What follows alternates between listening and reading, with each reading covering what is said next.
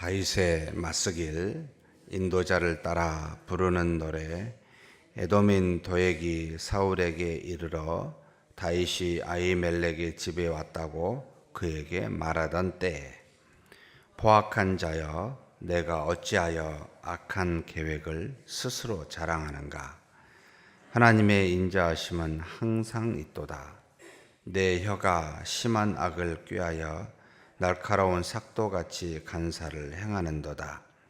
내가 선보다 악을 사랑하며 의를 말함보다 거짓을 사랑하는도다. 셀라.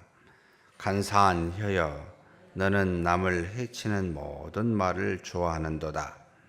그런즉 하나님이 영원히 너를 멸하시며 너를 붙잡아 내 장막에서 뽑아내며 살아있는 땅에서 내 뿌리를 빼시리로다. 셀라. 의인이 보고 두려워하며 또 그를 비웃어 말하기를, 이 사람은 하나님을 자기 힘으로 삼지 아니하고 오직 자기 재물의 풍부함을 의지하여 자기의 악으로 스스로 든든하게 하던 자라 하리로다. 그러나 나는 하나님의 집에 있는 푸른 감람나무 같으며 하나님의 인자하심을 영원히 의지하리로다. 주께서 이를 행하셨으므로 내가 영원히 주께 감사하고 주의 이름이 선하심으로 주의 성도 앞에서 내가 주의 이름을 사모하리이다. 아멘. 시편 52편 제목의 이 시가 어떤 때 어떤 상황에서 쓰여졌는지를 정확하게 우리에게 알려주고 있습니다. 사무엘상 21장에 나타나 보게 되면 다윗이 사울을 피하여 도망하는 일이 아주 초기에 일어납니다. 10년에 걸쳐서 이제 사울을 피한 이 도망자의 생활을 시작할 때 이 다윗이 자기를 따르는 소년들과 함께 가다가 하도 피곤하여 여기 이제 지금 노비라고 하는 그 장소에, 그 도시에 아히멜렉 제사장을 찾아 만나게 됩니다. 그곳에서 무엇이든지 있는 대로 좀 먹을 것을 달라고 길에 가다가 피곤하여 갈 수가 없다고 도움을 요청하자 이 아히멜렉 제사장이 여자를 가까이 하지 아니하였으면 주겠다라고 했더니 바로 3일 동안 우리는 도망하였기 때문에 그런 일이 없었습니다. 그에게 남아있는 이 아히멜렉에게 있는 떡이 오직 하나님 앞에 드려진 진설병 이 떡밖에 없기 때문에 진설병은 매 안식일마다 일주일에 한 번씩 12지파를 대신해서 하나씩 땅에 올라가 있는 그 진설병을 말합니다. 그 이제 교체된 상황이었겠죠. 오직 이 거룩한 떡밖에 없다라고 해서 그 떡을 주어 먹게 합니다. 또 도망가게 되는데 우리는 가지고 있는 무기가 아무것도 없다라고 했더니 예전에 다윗이 바로 약 한 5년에서 6년 전이라고 보입니다. 15세 때, 그리고 지금 현재 도망은 한 20세 때쯤 되는데 5년 전에 이 다윗이 죽였었던 그 유명한 골리앗의 칼을 거기에 보존하고 있었는데 그 골리앗의 칼을 주게 됩니다. 그런데 이 사실을 사울의 목자장, 그러니까 목자를 그러니까 사울의 여러 가축들을 키우고 있었던 목자들의 장이 시나이입니다. 바로 에돔 사람인데 도액이라는 이 사람이 그 자리에 어떤 이유인지는 모르겠습니다만 거기에 그 자리에 있어서 나중에 사울에게 이 사실을 구하게 됩니다. 사울이 이 목자장 에돔 사람 도액에게 명령하여 이 아히멜렉과 거기에 함께한 모든 사람을 죽이라라고 해서 세마포를 입은 제사장 85명이 죽게 되는 사건이 일어나게 됩니다. 그래서 이와 같은 일들을 다 듣고 다윗이 지금 이 시편 52편을 기록하였다라고 보시면 되겠습니다. 그래서 1절에서 4절까지는 도액이 저지른 죄에 대해서 지금 이야기하고 있습니다. 포악한 자라고 표현하면서 내가 어찌하여 악한 계획을 스스로 자랑하는가? 하나님의 인자하심은 항상 있도다. 악한 마음을 가지고 한마디로 사울에게 이제 이 사실에 대해서 알게 하였고, 그로 인하여 85명이라는 억울하게 죽임을 당하는 다윗이 나중에 나 때문이로다라고 스스로 자책하며 통곡하고 있었던 모습들이 22장에 나타나게 되는데, 아마 그때 지은 시라고 보입니다만, 어찌되었든 이 포악한 자, 악한 계획을 스스로 드러내서 그 일들을 행했던 자라고 말하면서 마음의 고통과 아픔을 표현하고 있고, 그리고 그에 대해서, 도액의 죄에 대해서 드러내고 있습니다. 그런데 참 놀라운 것은 1절 후반부에 하나님의 인자하심은 항상 있도다, 이런 고백을 하고 있습니다. 세상에 악이 있다 할지라도 하나님의 인자하심은 사라져 있지 않습니다 라는 것을 이야기합니다. 우리 주변에 살아가면서 늘 보는 악과 아픔들이 있지만, 그렇다고 하나님의 인자하심이 사라져 없어진 것이 아닙니다 라는 것을 지금 고백하는 거지요. 사랑하는 성도 여러분, 항상 하나님은 이 악한 세상에 함께하고 계십니다. 비록 우리가 하나님께 나아갈 만한 자격이 되지 아니하고 하나님을 기쁘시게 할 만한 것이 참 없다 할지라도 하나님의 인자하심은 떠나지 아니하고 항상 함께하고 있습니다. 그래서 악한 세상에서 소망을 찾을 수는 없지만 우리는 하나님께 소망을 찾을 수가 있습니다. 세상을 향해 나아가 그 세상에 무엇도 기대할 수는 없지만, 어떤 사람도 의지하여 그 사람을 바라보고 우리가 기쁨을 얻을 수는 없지만, 그럼에도 불구하고, 그래서 이 세상의 사실입니다. 현실인데, 그럼에도 불구하고는 믿음 때문에, 이 믿음으로 보이는 하나님 때문에, 그럼에도 불구하고 우리는 세상을 사랑하는 겁니다. 많이 죄를 짓고 우리를 해하는 사람이 있음에도 불구하고 모른 채 하면서 그 하나님의 인자하심과 사랑을 바라봅니다. 이게 바로 우리의 모습이라는 겁니다.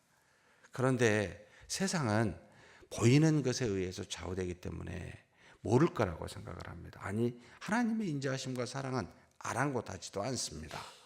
우리가 여기서 소망을 넣는 것은 기억하십시오. 사람이 아닙니다. 그리고 세상도 아닙니다. 우리가 기뻐할 수 있는 유일한 대상은 하나님이요, 하나님의 인자하심입니다. 그분이 우리와 함께 하시기에 숨을 쉴 수가 있고, 세상의 악함 속에서도 웃을 수가 있으며, 세상에 수많은 해함이 있다 할지라도 우리 마음에 평안을 얻을 수가 있습니다. 환경이 평안을 준다고요?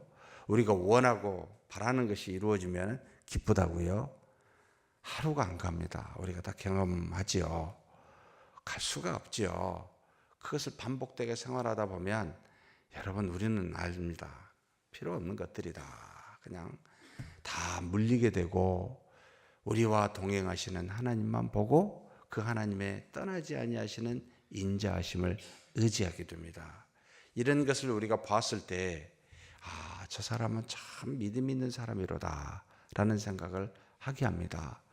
그렇게 사는 저와 여러분이 되기를 주의 이름으로 축복합니다. 그러면서 그 도액의 죄에 대해서 말합니다. 내 혀가 심한 악을 꾀하여 날카로운 삭도같이 간사를 행하도다. 지금 말로 사울에게 아뢰어 많은 억울한 사람들을 죽게 했으니 혀가 심한 악을 꾀했다는 거죠. 그리고 내가 선보다 악을 사랑하여 사람의 생명을 귀히 여기지 아니하고, 바로 그 사울이 빤히 죽일 줄 알면서 사울에게 잘 보이기 위해서 그렇게 말한 악을 사랑하며 의를 말함보다 거짓을 사랑하도다. 예, 진실이지요. 거짓말하는 건 아니지요. 사울 앞에서 모든 사실을 말하지요. 그러나 그 결과가 어찌할 줄 뻔히 알면서 그와 같이 이야기를 한다는 것은, 여러분, 그것은 바른 행위가 아니죠. 우리가 무슨 일을 할 때 왜 하는지, 그리고 하는 과정이 옳은지, 그리고 했던 일의 결과가 열매가 의로운지, 이 세 가지가 다 하나님의 뜻에 합당해야 바르다라고 이야기를 합니다. 동기는 좋은데 수단이 좋지 않든지, 동기와 수단은 좋은데 그에 따른 결과나 열매가 많은 사람을 살리고 생명을 주는 일이 아니라 해야 한다면 여러분, 그거 어찌 하나님이 기뻐하실 수 있는 일이요 하나님의 뜻이라 할 수 있겠습니까? 세 가지가 다 합당해야 됩니다. 그래서 우리가 어떤 일을 행할 때마다 반드시 세 가지를 점검해야 됩니다. 동기와 과정과 따라오는 열매가 과연 하나님의 뜻에 합당한가? 도액은 그 결과가 빤히 눈에 보였음에도 불구하고 여러분, 사울에게 아뢰어 그와 같은 엄청난 결과를 초래하게 했습니다. 그래서 4절에 간사한 혀라고 말합니다. 간사한 혀여, 너는 남을 해치는 모든 말을 좋아하는도다. 사랑하는 성도 여러분, 혀를 조심하십시오. 혀는 우리의 마음을 그대로 드러내게 하는, 더러운 것들이 나게 하는 1차 관문입니다. 그리고 놀랍게도 이 혀는 여러 가지 말로 수사여구를 붙여서 남을 높이게 하는 것처럼 보이지만 듣는 모든 사람은 우리는 압니다. 말을 통해서 마음의 전달을 깨닫게 됩니다. 그리고 말보다 그 행위를 보고 판단하게 되어 있습니다. 모를 거라고 여러분 생각하지 마십시오. 그냥 쉽게 툭툭 던지는 말들이 상대에게 어떻게 다가가는지, 상대는 그 툭툭 던지는 말 속에서 그 마음의 진심을 깨닫게 되는 경우들이 많습니다. 그래서 무엇을 야고보서는 이야기합니까? 악의 불의의 혀 재갈을 먹이라고, 말을 하지 말라고. 말을 하면 할수록 여러분 죄만 드러납니다. 할 수 있는 것이 있다면 말씀을, 하나님을 찬미하는 일을, 하나님께 감사드리는 일을 말하십시오. 그렇지 않는 것들은 마음이 보여요. 그걸 본인만 모르는 것 같아요. 여러분 조심하셔야 됩니다. 특별히 너무나 쉽게 이야기하는 내용을 가만히 보면 눈에 보이는 것들에 대해서, 그리고 사람을 편하게 자기에게 좋게 하는 것에 대해서 칭찬하고 자기 마음에 들지 않으면 그렇지 않게 대답을 합니다. 여러분, 그걸 좀 떠나볼 수 없을까요? 정말 하나님의 뜻이 무엇인가를 말아볼 수는 없을까요? 그것에서 너무 익숙해 있는 듯합니다. 우리의 혀가 여러 가지 것들을 들어보면 정말 하나님의 뜻을 말하는지, 자신의 좋고 나쁨을 나에게 마음에 들고 안 들음을 말하는 건지, 그런 생각들을 이렇게 하다 보면 사람을 만나기가 싫을 때가 참 많습니다. 우리의 혀를, 여러분, 간사한 혀를 잘 먹이셔야 합니다. 이것이 나가게 되면 상대로 하여금 미움을 유발케 하든지 상처를 주든지 죄를 주게 하는, 여러분, 그와 같은 일들을 하게 합니다. 믿음이 연약한 자는 넘어지게 됩니다. 그래서 간사한 혀를 잘 먹이십시다. 그러면서 그에 대한 하나님의 심판이 어찌한지 5절에 이야기하고 있습니다. 5절에 뭘 말합니까? 하나님이 영원히 너를 멸하시며. 영원이라는 말을 쓸 때는 내 영이 멸절할 거다. 내 영이 지금은 살아있는 것처럼 보일지 모르지만 내가 하나님 앞에 서게 되면 영원히 멸망당할 것이다. 이 간사한 혀를 가진 도액이여, 너는 알고 있느냐? 라고 지금 말하고 있습니다. 이것만이 하나님의 심판이 아닙니다. 두 가지가 더 있습니다. 뭐죠? 너를 붙잡아 너의 장막에서 뽑아내며, 너의 장막은 지금에 살고 있는 아버지의 집이죠. 현재 살고 있는 너의 상태에서 하나님이 무언가 심판하실 것이다. 이것만 있는 것도 아니었습니다. 살아있는 땅에서 내 뿌리를 빼시리로다. 내 후손을 생각해 봐라. 내 후손까지도 하나님께서 너를 통하여 저주를 줄 거다 라는 무서운 이야기입니다. 우리의 영혼과 지금에 살고 있는 삶의 터전과 우리 후손에 이르기까지 내 간사한 혀로 말미암아 억울하게 죽은 제사장 85명에 대한 저주와 심판을 내가 주겠다라고 하는 놀라운 이야기죠. 정말 무서운 심판입니다. 여러분, 우리가 말하고 행하는 모든 것은 하나님이 다 아시고 나중에 심판하십니다. 우리는 그때 알게 됩니다. 그러나 지혜로운 자라면 지금 알아야 되죠. 말씀하고 계십니다. 항상. 그냥 가만히 계신다고 하나님이 우리의 죄를 간구하실 거라고요? 아니요. 우리의 죄를 용서하시지만 죄로 인하여 행하지 못하는 하나님의 의는 제가 의의 심판이라고 이야기합니다. 그거에 대해서 물으시게 됩니다.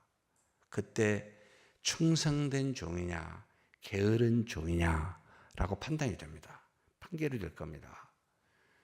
그래서 남이 보지 않을 때 혼자 있을 때를 조심하라고.